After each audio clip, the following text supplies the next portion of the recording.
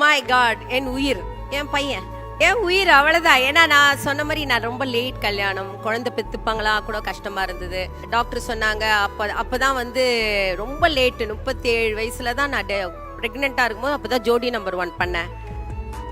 அப்படி பண்ணும்போது குழந்தை பெத்து டாக்டர் சொன்னாங்க ரொம்ப லேட் மேரேஜ், லேட் டெலிவரி, ரொம்ப கேர்ஃபுல்லா இருக்கும். கேர்ஃபுல்லாவே இல்லை.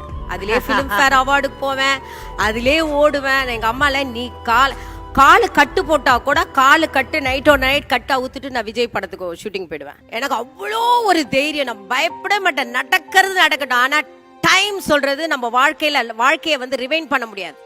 நாளைக்கு என்ன நடக்கும் இருக்கும், ஆனா ஐயோ நேத்து இதை மிஸ் பண்ணிட்டோமே வரக்கூடாது. ஸோ அதனால நான் வந்து அந்த டைம்ல எல்லாம் வந்து காலையில ஹைதராபாத் பண்ணுவேன், நைட்டு சென்னையில பண்ணுவேன், திருப்பி ரேஸ் கோர்ஸ்ல பண்ணுவேன், விஜிபில ஷூட்டிங் பண்ணுவேன். நானே டிரைவர் வச்சுக்காம நானே வண்டி ஓட்டிட்டு பண்றேன். பிஸியாக்கணும்னு அந்த இதுல அப்படியே இருக்கிறதுல எனக்கு அந்த ஒரு தெய்வம் பிறந்தது.